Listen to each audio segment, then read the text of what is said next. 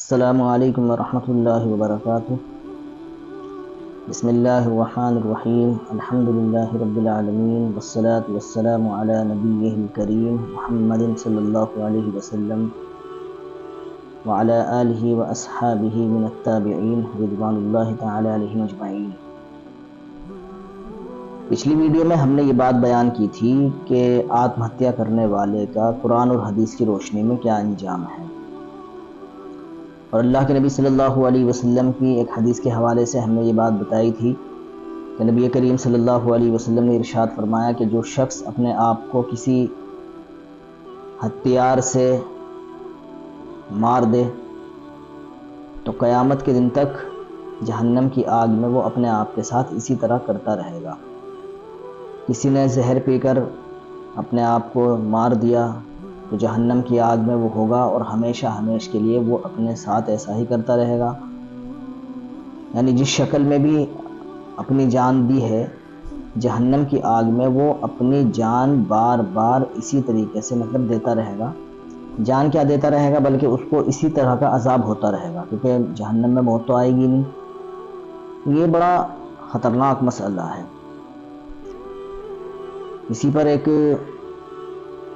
واقعہ چھوٹا سا مجھے یاد آتا ہے، بخاری اور مسلم شریف میں دونوں کتابوں میں اور مختلف احادیث کی کتابوں میں وہ واقعہ آیا بھی ہے الگ الگ الفاظوں سے۔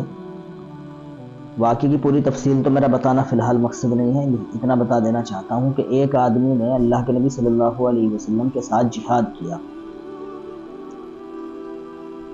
اور بڑی شدت کے ساتھ جہاد کیا۔ اس نے اللہ کے دشمنوں کو مارا اور خود بھی کافی بڑی تعداد میں اس کے جسم پہ زخم لگے، زخمی ہوا۔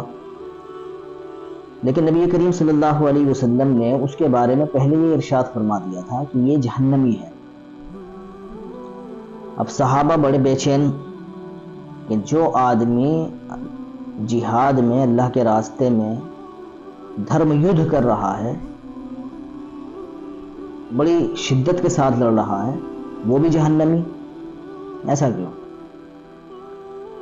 تو بہرحال واقعی کی تفصیل یہ ہے مختصر کہ اس آدمی کے جسم پر جب زخم لگے تو رات کے کسی حصے میں اس کے زخم شدت اختیار کر گئے اور اس نے اپنے آپ کو، جب وہ برداشت نہیں کر پایا ان زخموں کی تکلیف کو، تو اپنے آپ کو اس نے جان سے مار دیا۔ تو اس حدیث سے یہ بات پتہ چلتی ہے کہ اگر کوئی شخص جہاد میں زخمی بھی ہوا اور پھر اس نے آتم ہتیا کر لی تو اللہ تعالیٰ اس کو شہادت کا مرتبہ عطا نہیں کریں گے، بلکہ وہ شخص جہاد میں زخمی ہونے کے باوجود بھی، جہاد میں لڑنے کے باوجود بھی جہنم کی آگ میں جائے گا۔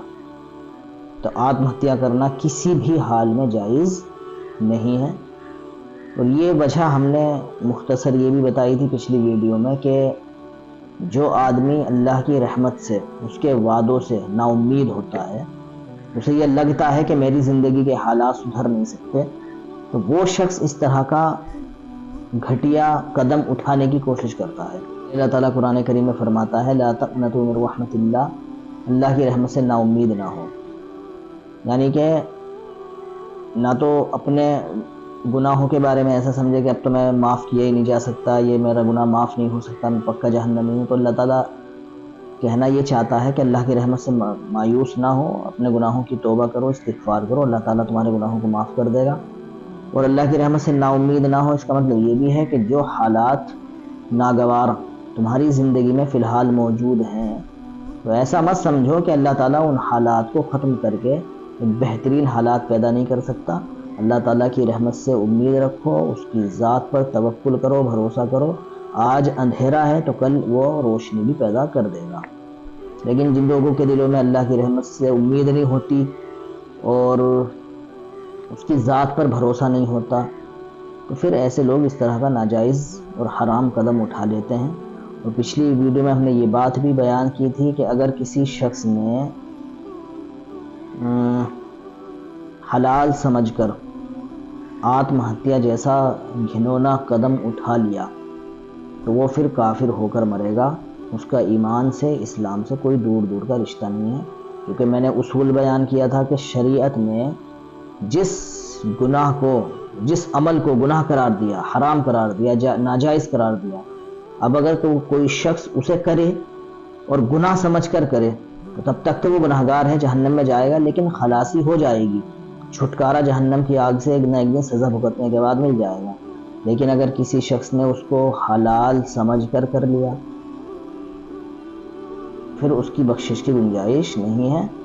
کسی بھی ایسے عمل کو جس کی حرمت، جس کا حرام ہونا قرآن اور حدیث سے صراحتاً ثابت ہے، اس کو حلال سمجھ کر کرنا یہ کفر ہے، ایسا کرنے والا کافر ہو جائے گا۔ دوسری بات یہ ہے کہ اکثر لوگ یہ جیسے سمجھتے ہیں اس طرح کے قدم اٹھانے والے کہ میری تکلیف ختم ہو جائے گی، مرنے کے بعد میری پریشانیاں ختم ہو جائے گی، تو حقیقت یہ ہے کہ جن لوگوں کا آخرت پر ایمان ہے، جنت اور جہنم کی زندگی پر وشواس ہے، تو وہ لوگ، ان کو تو سوچنا چاہیے خاص طور پر کہ آتم ہتیا یہ مسئلے کا حل نہیں ہے، بلکہ حقیقت یہ ہے کہ اگر کسی نے آتم ہتیا کر لی تو یہ ایک لمبی طویل تباہی اور بربادی کا سلسلہ اس نے شروع کر لیا اپنے لیے، جس کا آئیڈیا اسے مرنے کے بعد ہو جائے گا۔ اس لیے یاد رکھیے کہ آتم ہتیا کرنا کسی بھی لحاظ سے مسئلے کا حل نہیں ہے۔ مسئلے کا حل صرف یہی ہے کہ آپ اللہ کی ذات سے جڑیے۔ جو آدمی قرآن اور حدیث کی روشنی میں صحیح طریقے پر پیغمبر کی سیرت کو، صحابہ کی سیرت کو اپناتا ہے اور اپنی زندگی کو اسلام کے مطابق ڈھال لیتا ہے اور قرآن کے حکموں پر عمل شروع کر دیتا ہے، تو اللہ تعالیٰ اس کی زندگی میں اگر مکمل اندھیرا تھا تو انشاءاللہ روشنی پیدا کر دے گا۔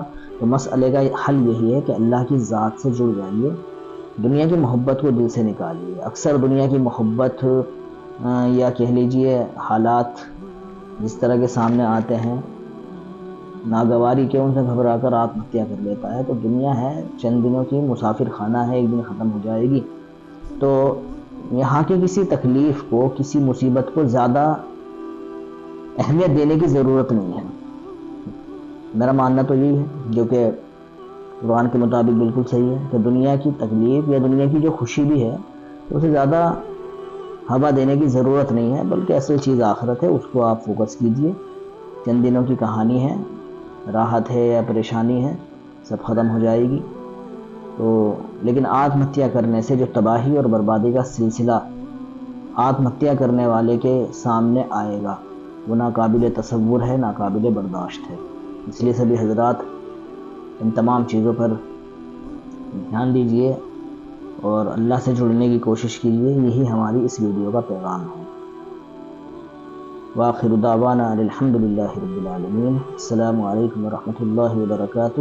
میرا بھارت مہان۔